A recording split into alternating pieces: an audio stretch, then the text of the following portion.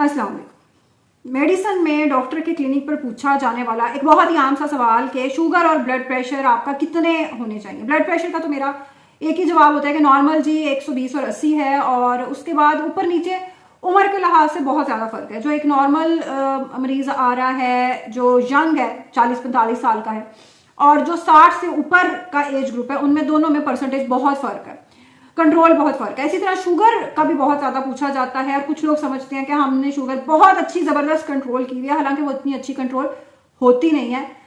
किस तरीके से आप पता चला सकते हैं? इसमें आपने उम्र का इसमें बहुत ज्यादा किरदार है। उम्र अगर आपकी लोगों हमारे यहाँ यंग पेशेंट, हमने तो अब जाहिर है जो बाहर की गाइडलाइंस है उनके मुताबिक ही चलना है।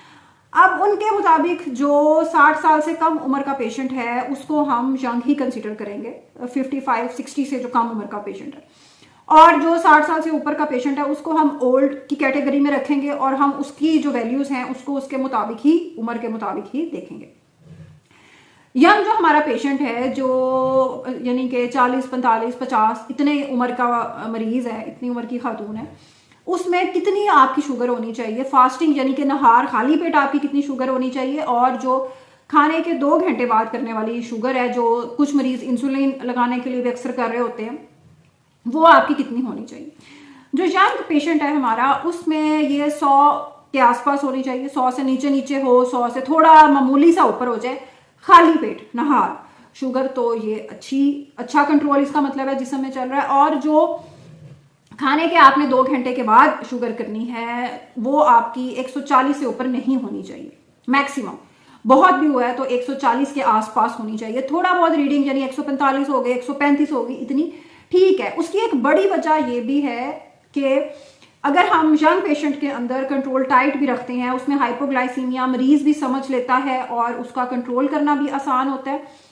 दूसरी चीज, जो हमारा एल्डरली, जो हमारा ज्यादा उम्र का मरीज है, ज्यादातर कोमॉर्बिड्स के साथ होते हैं, यानी कि ब्लड प्रेशर भी है, साथ में शुगर भी है, कोई गुर्दों का मसला भी हो चुका है, क्योंकि हमने ब्लड और शुगर की दवाई तो नहीं लेनी होती ना। तो जब तक पता चलता है, जब तक एहसास होता है कि भाई दवाई के बगैर मेरा गुजारा नहीं है, मेरा काम नहीं चलता, तब तक गुर्दों को, किसी ना किसी सिस्टम को, जिस्म के जिगर को नाकाबिले तलाफी किस्म का नुकसान पहुंच चुका होता है। तो कोमॉर्बिड्स के साथ ज्यादातर ये ज्यादा उम्र के मरीज आते हैं, और उनमें अब आपने ब्लड प्रेशर को भी कंट्रोल करना है, शुगर को भी करना है। और ये जितना लोग समझते हैं कि ये कोई इतना आम नहीं है, ब्लड प्रेशर और शुगर इतना ज्यादा आम है। और ज्यादातर तो जो 60-65 साल की उम्र के लोग होते हैं, अगर ब्लड प्रेशर हो गया तो कुछ अरसे बाद पता चलेगा शुगर भी हो गई है, शुगर हो गई है तो कुछ अरसे बाद ब्लड प्रेशर भी हो जाएगा। इस तरह का जो मरीज है, जो ज्यादा थोड़ी सी एज है, 60 साल से ऊपर का जो मरीज है, उसमें हमारी ये कोशिश है, और आपको भी उसके मुताबिक ही रीडिंग को देखना है। आप उस मरीज का ख्याल रख रहे हैं, या आप वो खुद वो मरीज हैं, तो आपने भी रीडिंग को उसके हिसाब से ही देखना है कि जो हमारी नहार खाली पेट रीडिंग है, जिस तरीके से मैंने बात की कि जो यंग पेशेंट है उसमें 100 के आसपास होनी चाहिए, तो इस मरीज में 125 से 140 तक भी होगी खाली पेट, तो हम इसको नॉर्मल कंसिडर करेंगे। हम बहुत ज्यादा टाइट कंट्रोल की तरफ नहीं जाएंगे। इसी तरीके से जो खाने के 2 घंटे के बाद शुगर करनी है, वो अगर 160 से लेकर 180 तक भी है, 160 से लेकर 180 तक भी है, तो हम उसको चलने देंगे, हम उसको नॉर्मल ही कंसीडर, नॉर्मल ही करेंगे। 150 के आसपास शुगर है, हम उसका ज्यादा टाइट कंट्रोल नहीं करेंगे। वजह ज्यादातर मैंने आपको बताया कोमॉर्बिड्स के साथ होते हैं। ब्लड प्रेशर है, रात को सर्दियों में सोते हुए ब्लड प्रेशर ज्यादा हो गया, दवाई नहीं ली, नहीं पता चलता, शुगर कम हो गई, नहीं पता चल रही।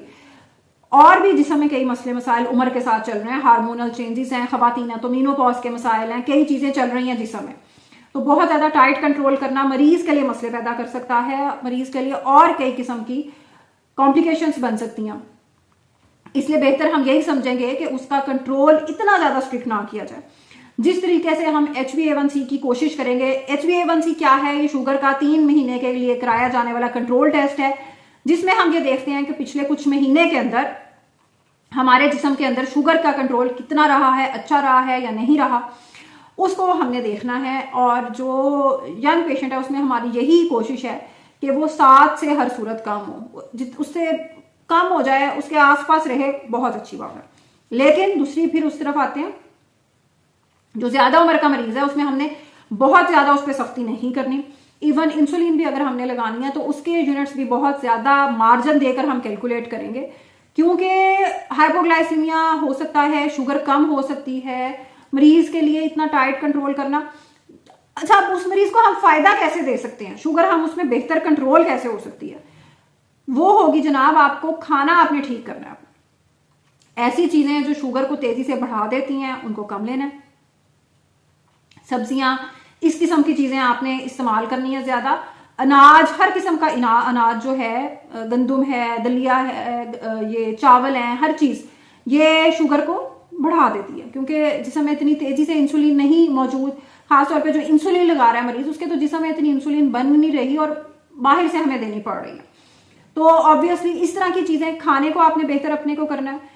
दूसरी चीज जो बहुत जरूरी है खवातीन के लिए, खासतौर पे जिनको शुगर है, आपने चलना है, प्लीज आपने वॉक करनी है, आपने कुछ ना कुछ अपनी फिजिकल एक्टिविटी रखनी है। ये मैं क्यों कह रही हूँ इतना जोर देकर, हमारे पास जितने भी मरीज आते हैं, ज्यादातर जो ज्यादा उम्र के मरीज होते हैं, शुगर या ब्लड हो गई है, 40-45 साल की उम्र की औरत है, उसके बाद उसने कहना है कि बस अब मेरी जिंदगी खत्म हो गई और अब उसने चलना नहीं है, अब उसने बैठ जाना है घर पे बेड पे और हाय हाय करके उसने जोड़ों को लेकर बैठ जाना है और बिल्कुल ही चलने से जाना।